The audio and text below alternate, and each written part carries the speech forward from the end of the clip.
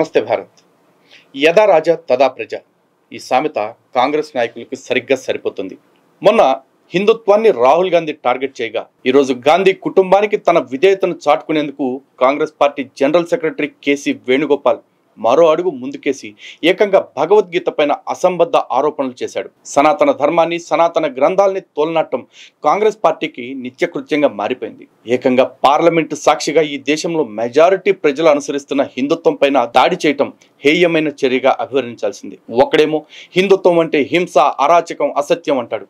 మరొకడేమో సనాతన ధర్మాన్ని cancer తోటో malaria తోటో పోలుస్తాడు.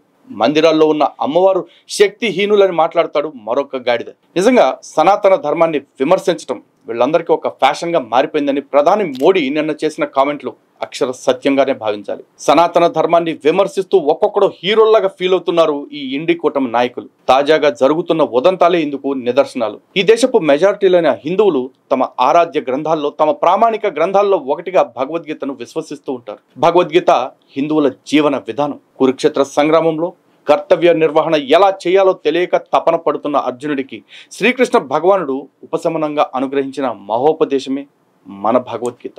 జనజీవన విలువల బంగారు పూత భగవద్గీత. హిందూ సంస్కృతి సంపత్తుల ఓట భగవద్గీత. భక్తిని, ముక్తిని, మోక్షాన్ని అందించే మార్గం. అహంకారం, మోహం, మమకారాలను దునుమాడే దివ్య సాధనం. మానవ వికాసాన్ని మనందరిలో అణువణువున ఆవిష్కరింపచేసే వ్యక్తిత్వ వికాస గ్రంథం భగవద్గీత అని చెప్పటం ఏమాత్రం అతిశయోక్తి కాదు. సందేహాలు నన్ను చుట్టుముట్టినప్పుడు, నిరాశ నన్ను ఎదుర్కొన్నప్పుడు, ఆశాకిరణం దూరంగానైనా గోచరించనప్పుడు భగవద్గీత తెరుస్తానంటూ మహాత్మా గాంధీని చెప్పాడు. అలాంటి సందర్భాల్లో ఓదార్పు తనకి ఒక్క శ్లోకంలో కనిపిస్తుందని, అప్పుడు భరించరాని దుఃఖంలో కూడా నా మొహంలో చిరునవ్వు కలుగుతుందని చెప్పారు. అంతేకాదు, యూకే పార్లమెంట్లో ఎంపీగా ప్రమాణ స్వీకారం చేసే సమయంలో కూడా ప్రస్తుత యూకే ప్రధాని రిషి సునాక్ భగవద్గీత పైన ప్రమాణం చేశారు. భగవద్గీత చూపిన మార్గమే తనను యూకే ప్రధానిగా చేసిందన్నారు రిషి సునాక్. భగవద్గీతలోని విషయాలను తెలుసుకునేందుకు అరబిక్ భాషలోనూ దాన్ని తర్జుమా చేసుకున్నారంటే ఎంతటి ప్రతిష్ట ఉండాలి, ఆ గ్రంథం పట్ల ఎంతటి గౌరవ మర్యాదలు ఉండాలి. అందుకే ఇలాంటి గ్రంథాన్ని కేవలం ఒక మత గ్రంథంగానే కాకుండా ప్రపంచ వ్యాప్తంగా అనేక దేశాల్లో ఒక వ్యక్తిత్వ వికాస గ్రంథంగా చూస్తున్నారు. ఎన్నో ప్రఖ్యాత యూనివర్సిటీల్లో కూడా దీన్ని ఒక పాఠ్యాంశంగా చేస్తున్నారు. అలాంటి భగవద్గీత విషయంలో కావచ్చు, లేదు సనాతన ధర్మం విషయంలో కావచ్చు, ప్రపంచమంతా కూడా మనకు తలొంచుతుంది. కానీ ఇక్కడి రాజకీయ నాయకులకు మాత్రం సనాతన ధర్మాన్ని విమర్శించేందుకు ఎక్కడి వరకైతే దిగజారాలో అంతకంటే ఎక్కువే దిగజారుతున్నారు. దేనిపైన విమర్శలు చేసేందుకు వెనకాట్టలేదు. ఆఖరికి లోక్సభ సాక్షిగా మరోసారి సనాతన ధర్మం పైన కాంగ్రెస్ జనరల్ సెక్రటరీ కేసీ వేణుగోపాల్ దాడి చేశాడు. హిందూ మతాన్ని రెండుగా చీల్చేందుకు కుట్రలు మొదలెట్టారు.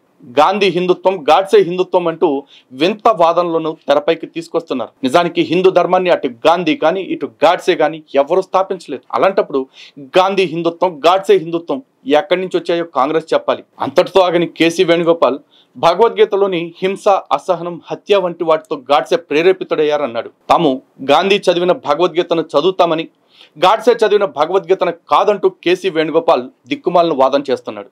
బహుశా భగవద్గీతలో కూడా రకాలు ఉంటాయని, అది ఒక్కొక్కరికి ఒక్కోలా దొరుకుతుందని చెప్పేసి ఎవరికి తెలియదేమో. మరి ఇది కాంగ్రెస్ అవివేకమా, లేకపోతే కేసీ వేణుగోపాల్ అవివేకమా? రాహుల్ గాంధీనే చెప్పాలి.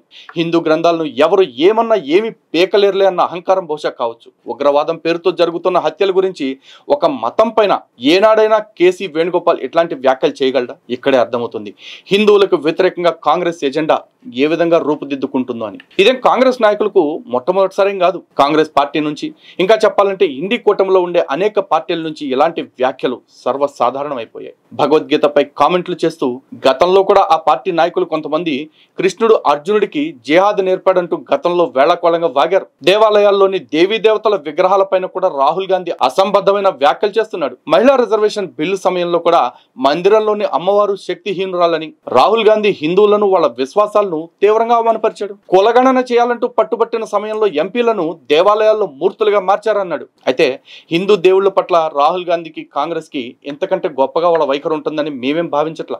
ఒకవేళ అలా భావించినా కూడా అది అవివేకమే అవుతుందేమో. దీనికి కారణం బహుశా హిందూ ఫోబియానే కావచ్చు. హిందువులు సంఘటితంగా ఉంటే తమ పప్పులు ఉడకవని భావించిన కాంగ్రెస్ నేతలు ఇప్పుడు ఇలా ఇష్టారీతిన హిందుత్వం, హిందూ గ్రంథాలపైన దారుణమైన వ్యాఖ్యలు చేస్తున్నారు. అంతేకాదు, అవసరమైతే రాజకీయంగా ఎదగటం కోసం హిందువులని 2 ముక్కలుగా కాదు 22 ముక్కలుగా విడగొడటానికి కూడా భవిష్యత్తులో వీళ్ళు ఏమాత్రం వెనకాడరు. కాబట్టి వీళ్ళ కుట్రల్ని అర్థం చేసుకుంటూ హిందువులందరూ కూడా సంఘటితంగా ఉండటం కోసం మీ శక్తి మేరకు మీరు ప్రయత్నం చేయాలి.